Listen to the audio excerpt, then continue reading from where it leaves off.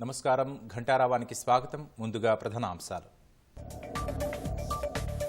వేములవాడలో సీఎం రేవంత్ రెడ్డి పర్యటన. రాజన్నకు ప్రత్యేక పూజలు, అభివృద్ధి పనులకు శంకుస్థాపన.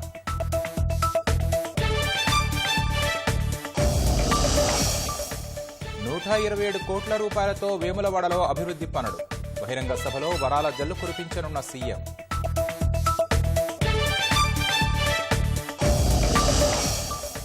గచ్చిబౌలిలో పక్కకు విరిగిన భవనం కూల్చివేత ప్రారంభం. పకడ్బందీ ఏర్పాట్లతో ఇంటిని తొలగిస్తున్న యంత్రాంగం.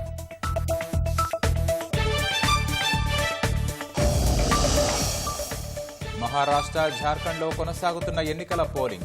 ఓటేసిన ప్రముఖులు, బారులు తీరిన ప్రజలు.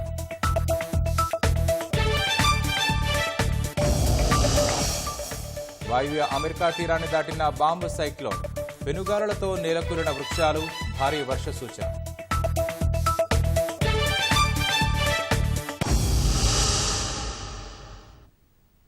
ప్రసిద్ధ పుణ్యక్షేత్రం వేములవాడకు సీఎం రేవంత్ రెడ్డి పర్యటిస్తున్నారు. ప్రత్యక్ష ప్రసారం ద్వారా చూద్దాం.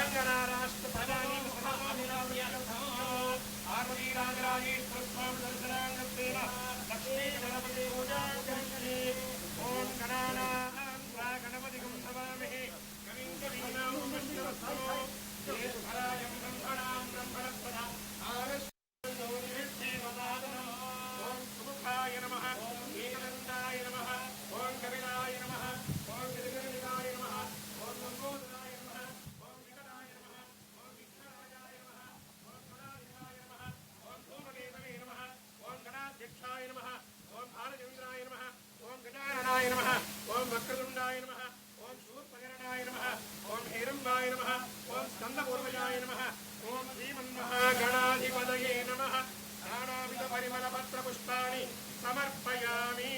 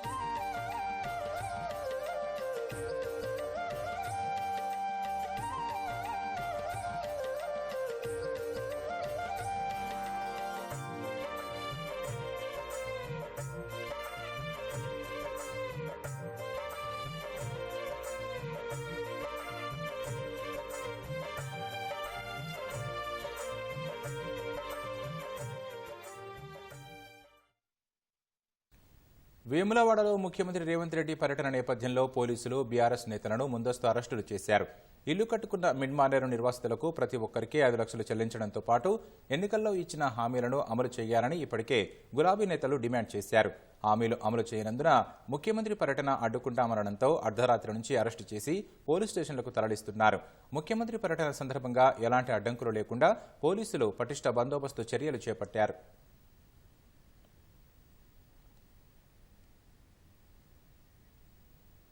ప్రభుత్వ ఏర్పాటుకు ముందు ఓరగల్లు వేదికగా కాంగ్రెస్ ఇచ్చిన హామీలను తుంగలో తొక్కిందని బీఆర్ఎస్ నేతలు ధ్వజమెత్తారు. నిన్న వరంగల్లో జరిగిన సభ సాక్షిగా రేవంత్ రెడ్డి రైతులను పేదలను ఆదుకునేలా వరాలు కురిపిస్తారనుకుంటే కల్లబుల్లి కబుర్లతో కాలం వెళ్లదీశారని చెప్పుకొచ్చారు. కాంగ్రెస్ ప్రభుత్వం అధికార దుర్వినియోగానికి పాల్పడుతోందని ఆరోపించారు. మహిళలకు ఏం చేస్తానో ఒకటి చెప్పును. కేసీఆర్ నాయకత్వంలో చీరలు తయారు చేసేది, మహిళలను ప్రోత్సహించింది కేసీఆర్ గారు. ఒక్కటే కాదు, పండ్ల రసాల కంపెనీ, ఎన్నో కంపెనీలు పెట్టించినాం మేము అప్పుడు. నువ్వు ఒక్కటనే పెట్టావా సంవత్సరం లోపల మహిళల ద్వారా? కోటీశ్వర్లు చెప్తావట. కోటీశ్వర్ అయ్యేది నీ బంధువులే, మీ తమ్ముడు, మీ అన్నలు, మీ అల్లుళ్ళు, మీ ఎంపుల కోసమే నువ్వు ఇప్పుడు కృషి చేస్తాను. రాహుల్ గాంధీ డిక్లరేషన్ చేసిన దాంట్లో వరంగల్ నువ్వు ఏం ఇంప్లిమెంట్ చేసినావో చెప్పు. నీకు ఢిల్లీలో అపాయింట్మెంట్ దొరుకుతలేదు, వీడికి వచ్చి ఉపన్యాసాలు దంచుతావు. నిన్నటి వరంగల్ సభ ద్వారా నువ్వు చేసుకున్నటువంటి సభే నీ కౌంట్ డౌన్ కు నిదర్శనం అనేటువంటి విషయాన్ని మనం చేస్తా ఉన్నా. నీ మంత్రుల మధ్య సమన్వయం లేదు, మంత్రుల సహకారం లేదు, ఢిల్లీ పెద్దలు అపాయింట్మెంట్ ఇచ్చేటువంటి పరిస్థితులు లేరు. తెలంగాణలో అన్ని వర్గాల ప్రజలు రోడ్డెక్కిళ్ళు, హాహాకారాలు చేస్తా ఉన్నారు. స్వయంగా నువ్వు ప్రాతినిధ్యం వహిస్తున్నటువంటి నియోజకవర్గంలో ప్రజలు జైలు పాలు చేయబడుతూ ఉన్నారు. వాళ్ళను పరామర్శించేటువంటి స్థితిలో నువ్వు లేవు అనంటే ఎంత నిరంతరంగా నీ పాలన సాగుతా ఉన్నది అనడానికి నిదర్శనం. అంతకుముందున్న రైతాంగం ఇదే వేదికగా సభ పెడితే చాలా కార్యక్రమాలు వాళ్ళు చెప్తే ఇస్తారేమోనో ఆశపడ్డది, ఇప్పుడు గోసపడ్డది. ఇవాళ మొత్తం కూడా రైతులకు సంబంధించింది ఏమైనా చెప్తాడేమో, రుణమాఫీ మిగతా 20 లక్షల మందికి ఇస్తాడేమని చెప్పేసి నమ్మినాం, చెప్పలే. ఇవాళ పత్తికి కానీ వరికి కానీ ఇవాళ ఎంఎస్పీ ఇవ్వట్లేదు, ఇక్కడికి వచ్చి కళ్ళాలలో కొనమని ఏమైనా చెప్తాడేమో, మా పత్తికి 7,500 ఇచ్చేటట్లు చూస్తాడేమో అని చెప్పేసి అనుకున్నారు, చెప్పలే.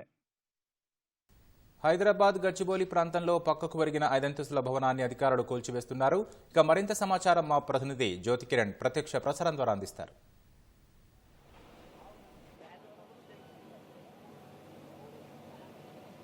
రాకేష్, ఏదైతే గచ్చిబౌలిలోని పక్క కూరిన భవనం ఏదైతే ఉందో దాని కూల్చివేత పనులు కొనసాగుతున్నాయి. కాసేపటి క్రితమే ఆ కూల్చివేతకు సంబంధించిన పనులు ప్రారంభం కాగా అధికారుల పర్యవేక్షణలో ఆ కూల్చివేత పనులు అయితే ముమ్మరంగా సాగుతున్నాయి.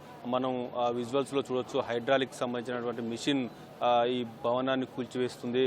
ఇక్కడికి సంబంధించి అన్ని రకాల ఏర్పాట్లను ఇప్పటికే అధికారులు చేశారు. ఎందుకంటే భవనం కూల్చివేసే క్రమంలో ఎలాంటి అవాంఛనీయ సంఘటనలు తలెత్తకుండా ఉండేందుకు అన్ని రకాల ఏర్పాటు చేశారు. ఎందుకంటే నిన్న ఒక్కసారిగా భవనం పక్కకు వంగడంతో భవనంలో ఉన్నటువంటి నివాసితులు ఎవరైతే ఉన్నారో వాళ్ళు ఒక్కసారిగా బయటికి పరుగులు తీశారు. పరుగులు తీసిన క్రమంలో ఇంట్లో ఉన్న సామాగ్రిని కూడా అక్కడే ఉంచి కట్టుబట్టలతో బయటకు వచ్చిన పరిస్థితి మనం విజువల్స్లో చూడొచ్చు.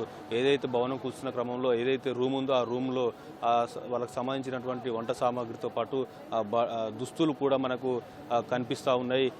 అక్కడే పెట్టి బయటికి పరుగులు తీసిన పరిస్థితి. భయానకమైన వాతావరణంలో ఏదైతే ఈ G+4లో ఉన్నటువంటి నివాసితులు ఎవరైతే ఉన్నారో వాళ్ళంతా ఒక్కసారిగా రాత్రి 9 గంటల ప్రాంతంలో బయటకు వచ్చారు. కట్టుబట్టలతో బయటకు వచ్చిన వాళ్ళని సురక్షిత ప్రాంతానికి అధికారులు అయితే తరలించారు. అయితే మళ్ళీ లోపలికి వెళ్ళి తమకు సంబంధించినటువంటి వస్తువులు కానీ దుస్తులు కానీ తెచ్చుకునే పరిస్థితి లేకపోవడంతో అక్కడే ఉండిపోయాయి. అయితే అధికారులు ఈ కూల్చివేస్తున్న క్రమంలో ఎలాంటి ఇబ్బందులు తలెత్తకుండా అన్ని రకాల ఏర్పాటు చేశారు. ఎందుకంటే ఏదైతే సామాగ్రి ఉందో అందులో గ్యాస్ సిలిండర్లు కూడా ఉన్నాయి. మనం చూడవచ్చు విజువల్స్లో గ్యాస్ సిలిండర్, అదైతే గ్యాస్ సంబంధించిన సిలిండర్లు కనిపిస్తూ ఉన్నాయి.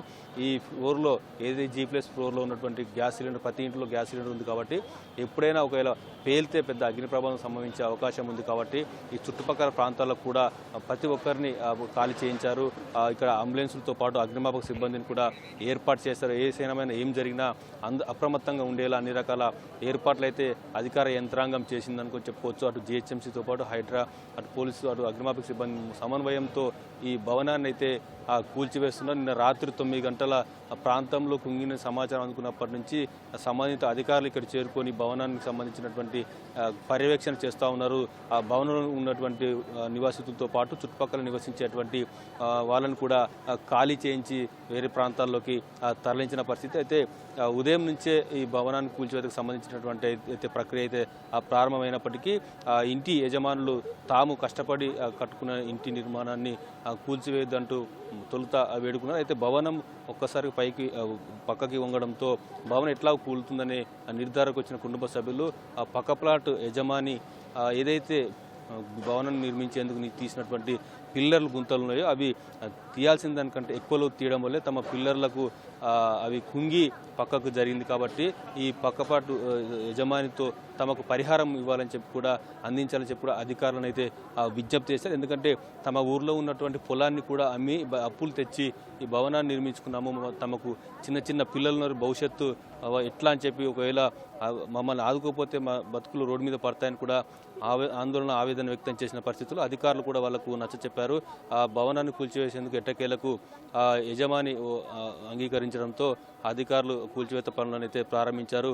అర్ధగంటగా కూల్చివేతకు సంబంధించినటువంటి పనులు చురుకుగా సాగుతున్నాయి. హైడ్రాలిక్ యంత్రం సహాయంతో పనులనైతే కూల్చివేత పనులనైతే చేస్తున్నారు. అయితే భవనం కూల్చివేస్తున్న క్రమంలో అటువంటి ధూళితో పాటు అవి ఏదైతే మట్టి పిల్లలు మీద పడే ప్రమాదం ఉంది కాబట్టి చుట్టుపక్కల ఏదైతే ప్రాంతాలు ఉన్నాయో ఆ ప్రాంతాలకు సంబంధించినటువంటి నియంత్రిస్తున్నారు. ప్రజలు ఇటువైపు రాకుండా ఎటు చూసిన బిల్డింగ్ చుట్టుపక్కల 100 మీటర్ల దూరం వరకు ఎవరిని రాకుండా నియంత్రిస్తున్నారు. బారికేడ్లు వేసి పోలీసులు రానియకుండా జాగ్రత్త పడుతూ ఉన్నారు. ఒకవేళ గ్యాస్ సిలిండర్లు కూడా పేలినా ఆ విధంగా ఎదుర్కొనేందుకు అటు అధికార యంత్రాంగం అయితే సిద్ధంగా ఉందని కూడా చెప్పుకోవచ్చు. మనకు విజువల్స్లో దర్శనమిస్తుంది గ్యాస్ సిలిండర్ సంబంధించి. ఆ గ్యాస్ సిలిండర్ మెల్లిగా కిందికి దించే ప్రయత్నం అయితే హైడ్రాలిక్ మిషన్ డ్రైవర్ అయితే ప్రయత్నం చేస్తున్నాడు. మొత్తంగానైతే కూల్చివేత పనులు అయితే చురుకుగా సాగుతున్నాయి. దుమ్ము ధూళితో ఈ ప్రాంతం అంతా కూడా కమ్మిందని కూడా చెప్పుకోవచ్చు.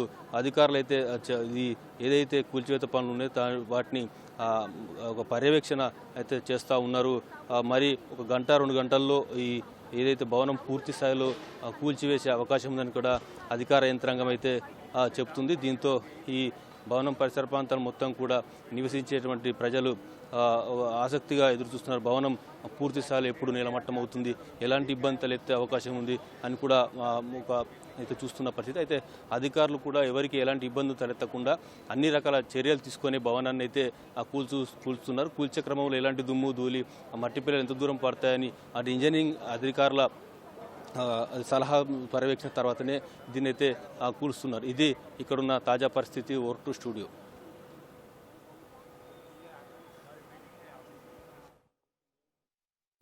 ధన్యవాదాలు జ్యోతి కిరణ్. పైలట్ పద్ధతిలో తొలుత 1 లేదా కొన్ని జలాశయాల్లో పూడికతీత పూర్తి చేసి వాటి ఫలితాల ఆధారంగా రాష్ట్రంలోని అన్ని జలాశయాల్లో అమలు చేయాలని ప్రభుత్వం నిర్ణయించింది. జలాశయాల్లో నీటి నిల్వ సామర్థ్యం పెంపుతో పాటు ఖజానాకు ఆదాయం సమకూరేలా పూడికతీత చేపట్టనున్నారు. కేంద్ర జలశక్తి శాఖ విధానాన్ని అనుసరించి ఈ ప్రక్రియ కొనసాగించనున్నారు. రాష్ట్రంలోని చాలా జలాశయాల్లో పూడిక పేరుకుపోయింది. ఏళ్ల తరబడి పట్టించుకోకపోవడంతో క్రమేణా పెరుగుతూ వస్తోంది. ఫలితంగా ఆయా జలాశయాల్లో నీటి నిల్వ సామర్థ్యం తగ్గుతోంది. ప్రధాన జలాశయాల్లో వాస్తవ నిల్వ సామర్థ్యానికి, ప్రస్తుత నిల్వ సామర్థ్యానికి అంతరం బాగానే ఉంది. జలాశయాల్లో పూడికతీతకు సంబంధించి కేంద్ర జలశక్తి శాఖ ప్రత్యేక విధానాన్ని రూపొందించింది. కొన్ని రాష్ట్రాల్లో ఇప్పటికే అమలు చేస్తున్నారు. ఆ విధానానికి లోబడి రాష్ట్రంలోనూ జలాశయాల్లో పూడికతీత చేపట్టాలని ప్రభుత్వం నిర్ణయించింది. అందుకోసం నీటిపారుదల శాఖ మంత్రి ఉత్తమ్ కుమార్ రెడ్డి నేతృత్వంలో ఏర్పాటు చేసిన మంత్రివర్గ ఉపసంఘం పలు దఫాలు సమావేశమై కొన్ని సిఫారసులు చేసింది. జలాశయాల్లో నీటి నిల్వ సామర్థ్యాన్ని పెంచడంతో పాటు ఖజానాకు ఆదాయం వచ్చే విధానాన్ని అనుసరించి పూడికతీత చేపట్టాలని కేబినెట్ సబ్ కమిటీ సూచించింది. అందుకు అనుగుణంగా రాష్ట్ర ప్రభుత్వం పూడికతీతకు సంబంధించి ఉత్తర్వులు జారీ చేసింది. కేంద్ర జలశక్తి శాఖ విధానానికి లోబడి మంత్రివర్గ ఉపసంఘం సిఫారసులకు అనుగుణంగా జలాశయాల్లో పూడికతీత చేపట్టాలని పేర్కొంది. అయితే మొదట పైలట్ పద్ధతిన 1 లేదా మరికొన్ని జలాశయాల్లో చేపట్టి ఆ ఫలితాల ఆధారంగా అన్ని జలాశయాల్లో పూడిక తీయాలని నిర్ణయించింది. అందుకనుగుణంగా నీటిపారుదల శాఖ కసరత్తు చేసింది. ఇతర రాష్ట్రాల్లో ఇతర హాల్లో పూడికతీత చేపట్టిన విధానాలు, పరిస్థితులను అధ్యయనం చేశారు. పూడికతీతతో వచ్చే మట్టి పూర్తి సారవంతంగా ఉంటుందని,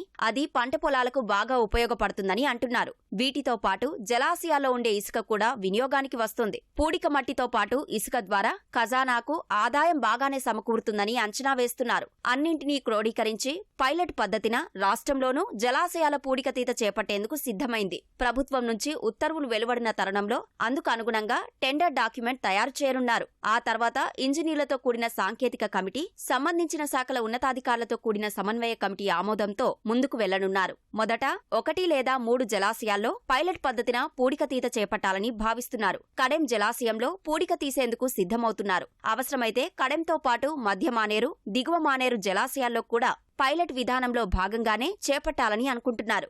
సాంకేతిక కమిటీ, సమన్వయ కమిటీలో చర్చించిన తర్వాత ఇందుకు సంబంధించి ఓ నిర్ణయం తీసుకోనున్నారు. అక్రమ లేఅవుట్లు, ఇళ్ల స్థలాలను ఎల్ఆర్ఎస్ పథకం కింద క్రమబద్ధీకరణకు రాష్ట్ర ప్రభుత్వం అవకాశం కల్పించినా స్పందన అంతంత మాత్రంగానే ఉంది. అనేక కారణాలతో ఎల్ఆర్ఎస్కు జనం ముందుకు రావటం లేదు. రాష్ట్ర వ్యాప్తంగా సుమారు 25,60,000 దరఖాస్తులు వస్తే పరిష్కరించినవి వేలల్లోనే ఉన్నాయి. మొదటి దశలో ప్రభుత్వానికి 59 కోట్లు వసూలైతే రెండో దశలో సమకూరింది 11 కోట్లే. రాష్ట్ర ప్రభుత్వం అనుమతిచ్చిన ఎల్ఆర్ఎస్ పథకానికి పట్టణాలు, పల్లెల్లో స్పందన కరువైంది. అధికారులు ఫోన్ చేసి సమాచారం ఇచ్చినా జనం పెద్దగా ఆసక్తి చూపటం లేదు. రాష్ట్ర వ్యాప్తంగా ఎల్ఆర్ఎస్ కోసం 25,66,000 దరఖాస్తులు వచ్చాయి. అందులో 13,300 లేఅవుట్లు కాగా మిగిలినవి ఇళ్ల స్థలాలు. మొదటి దశలో జూలై 31 నాటికి 9,000 అర్జీల పరిష్కారంతో సర్కార్ ఖజానాకు 59 కోట్ల ఆదాయం సమకూరింది.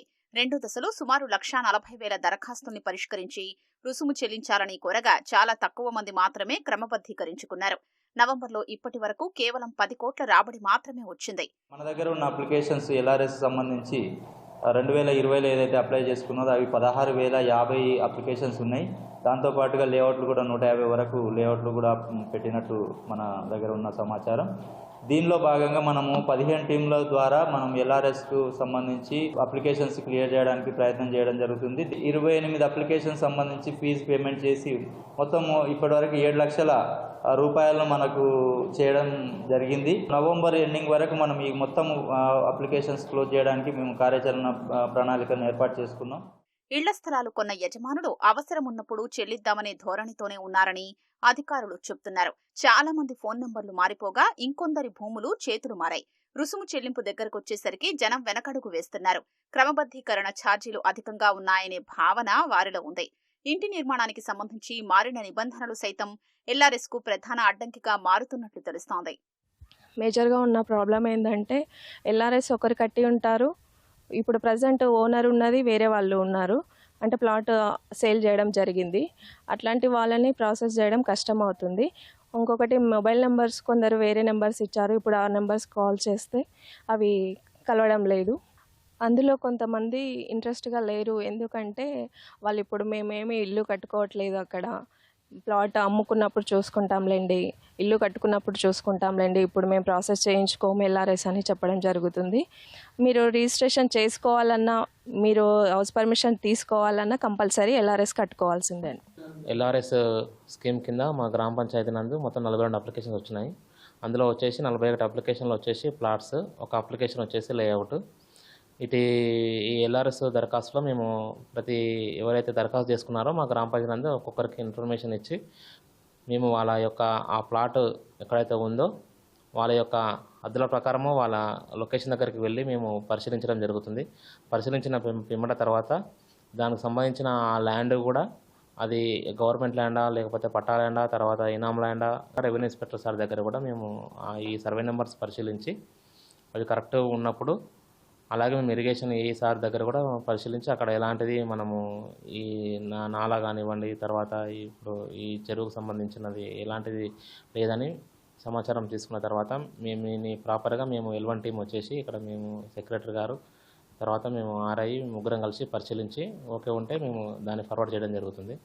పాలెం గ్రామానికి 647 ఎల్ఆర్ఎస్ అప్లికేషన్స్ వచ్చాయి. 40-45% ఫినిష్ చేయడం జరిగింది. అందుబాటులో ఉన్న వాళ్ళు వచ్చి అప్లికేషన్స్ ఇచ్చి వాళ్ళ ప్లాట్స్ని చూపించి వాళ్ళు ఎల్ఆర్ఎస్ అప్లికేషన్ ప్రాసెస్ చేసుకోవడం జరిగింది. ఇంటి స్థలాన్ని క్రమబద్దీకరించాలంటే ముందుగా L1 అధికారి దరఖాస్తును పరిశీలించి ధృవీకరించాలి. ఆ తర్వాత రెవెన్యూ, నీటిపారుదల, పట్టణ ప్రణాళిక అధికారులు క్షేత్రస్థాయిలో పరిశీలించి ధృవీకరించాలి.